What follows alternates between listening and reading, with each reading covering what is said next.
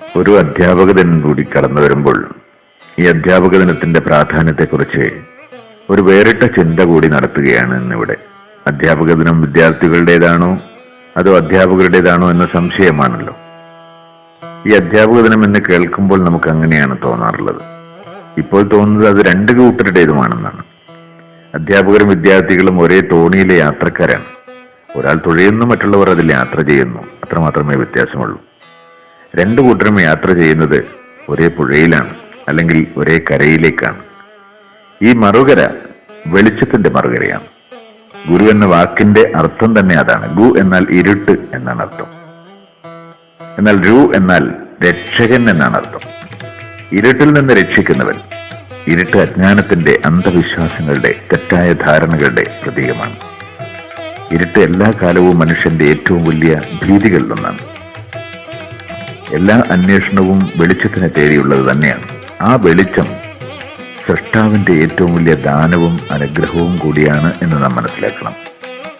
ആ വെളിച്ചത്തിന്റെ പല വ്യാഖ്യാനങ്ങളാണ് ജ്ഞാനവും സുഖവും സന്തോഷവും എല്ലാം. അപ്പോൾ ഇരുട്ടിൽ നിന്ന് മോചിപ്പിക്കുക, അതാണ് അധ്യാപകന്റെ കടമ എന്ന് പറയുന്നത്. അത് അധ്യാപകന്റെ മാത്രം കടമയല്ല, അദ്ദേഹത്തിന്റെ മുന്നിലെത്തുന്ന വിദ്യാർത്ഥികളുടെ കൂടി ഉത്തരവാദിത്തമാണ്. ഒരുമിച്ചുള്ള ഒരു യാത്രയിലാണ് അധ്യാപകരും വിദ്യാർത്ഥികളും എന്ന് പറഞ്ഞുവല്ലോ. ഒരാൾ മുന്നിൽ നടക്കുന്നു, മറ്റുള്ളവർ പിറകെ നടക്കുന്നു. ഒരേ വഴിയിലാണ്, ഒരേ കല്ലിലും മുള്ളിലും ചവിട്ടിയാണ്, ഒരേ ലക്ഷ്യത്തിലേക്കാണ് ആ യാത്ര എന്ന് നമുക്ക് അനുമാനിക്കാം. അധ്യാപക ദിനവുമായി ബന്ധപ്പെട്ട് നിരവധി ഗൃഹാതുര സ്മരണകൾ കേൾക്കാറുണ്ട്. പഴയകാലത്തെ അധ്യാപക വിദ്യാർത്ഥി ബന്ധത്തിന്റെ നന്മകൾ, അതിന്റെ ആഴം, പുതിയ കാലത്തെ ബന്ധങ്ങളുടെ ഇല്ലായ്മ, അങ്ങനെ പലതും. പക്ഷെ അതൊക്കെ പാതി സത്യങ്ങൾ മാത്രമാണ് കേട്ടോ. പണ്ടും നല്ല അധ്യാപക വിദ്യാർത്ഥി ബന്ധങ്ങളൊക്കെ ഉണ്ടായിരുന്നു. ഇന്നും നല്ല ബന്ധങ്ങളുണ്ട്. പഴയകാലത്ത് കടുത്ത മെത്തഡോളജിയുടെ കഠിനമായ ശിക്ഷണ മുറകളുടെ ഒരു ലോകമായിരുന്നു വിദ്യാഭ്യാസം എന്നൊക്കെ പറയാറുണ്ടല്ലോ. ഇന്ന് മാറ്റം വന്നിട്ടുണ്ട്. വളരെയധികം സ്വാതന്ത്ര്യം അനുഭവിക്കുന്ന വിദ്യാർത്ഥികളും അധ്യാപകരുമാണ് ഇന്ന് ആ രംഗത്തുള്ളത്. അതിന്റെ ഗുണവും ദോഷവും വിദ്യാർത്ഥി അധ്യാപക ബന്ധത്തിലും ഉണ്ടായിരിക്കണം.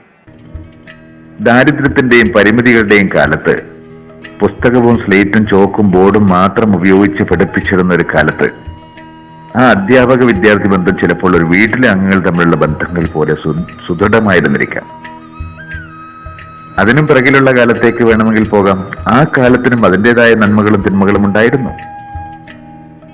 സിദ്ധാന്തത്തിലും പ്രായോഗിക രീതിയിലുമുള്ള പുതിയ പരീക്ഷണങ്ങൾ, നവസാങ്കേതിക വിദ്യയൊരുക്കുന്ന അപാരമായ സാധ്യതകൾ, നവമാധ്യമങ്ങളുടെ സ്വാധീനം എല്ലാം കെട്ടുപിടഞ്ഞു കിടക്കുന്ന കാലത്ത് ഭൗതിക വിദ്യാഭ്യാസ രംഗത്ത് അധ്യാപക വിദ്യാർത്ഥി ബന്ധം ചിലപ്പോൾ ഒരു സൗഹൃദത്തിന്റെ അല്ലെങ്കിൽ ഒരു ബ്രോ രൂപത്തിലേക്ക് മാറിയിരിക്കാം. അത് മൊത്തത്തിൽ ഈ രംഗത്തെ മാറ്റിമറിച്ചിട്ടുണ്ടായിരിക്കാം. അതിന്റെ എല്ലാം ഗുണങ്ങളും ദോഷങ്ങളും ഉണ്ടായിരിക്കാം.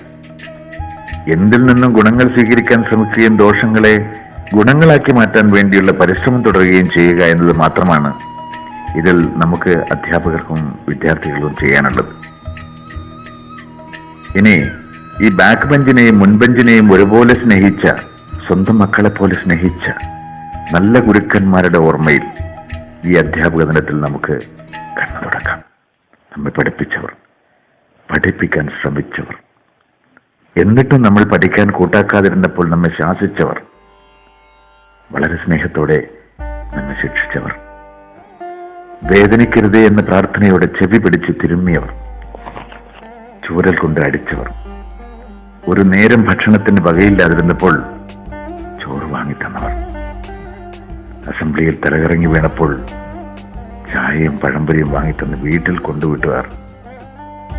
അങ്ങനെ അധ്യാപക അധ്യാപിക പരസ്പര ആ ഒരു ബന്ധത്തിന്റെ ആ പരമ്പരയെക്കുറിച്ച് വളരെ ഗൃഹാതുരമായി സന്തോഷത്തോടെ നമുക്ക് ഓർമ്മിക്കാം. അങ്ങനെയും ഒരു അധ്യാപക ദിനം നമുക്ക് ആചരിക്കാം. അപ്പോഴും അധ്യാപക ദിനം എന്നത് അധ്യാപകന്റെയും വിദ്യാർത്ഥിയുടെയും ഒരുമിച്ചുള്ള ദിനമാണെന്ന്, ആ ദിനത്തിന്റെ എല്ലാ പ്രാധാന്യവും രണ്ട് കൂട്ടരുടെയും ഭാരിച്ച ഉത്തരവാദിത്വമാണെന്ന് നാം ഓർമ്മിക്കേണ്ടതുണ്ട്. പ്രത്യേകിച്ച് ഒരു ഭാഗത്ത് പുരോഗതിയുടെ വലിയ വെളിച്ചങ്ങളും മറുഭാഗത്ത് വിനാശകരമായ ഇരുട്ടുകളും മുഖാമുഖം നിൽക്കുന്ന ഈ വേളയിൽ ഈ രണ്ട് വിഭാഗത്തിനും വർദ്ധിച്ച ഉത്തരവാദിത്വം തന്നെയാണുള്ളത്. ഇത് ഓർമ്മിക്കാൻ ഈ ദിനം, ഈ അവസരം നമുക്ക് ഉപയോഗപ്പെടുത്താം. Thank you.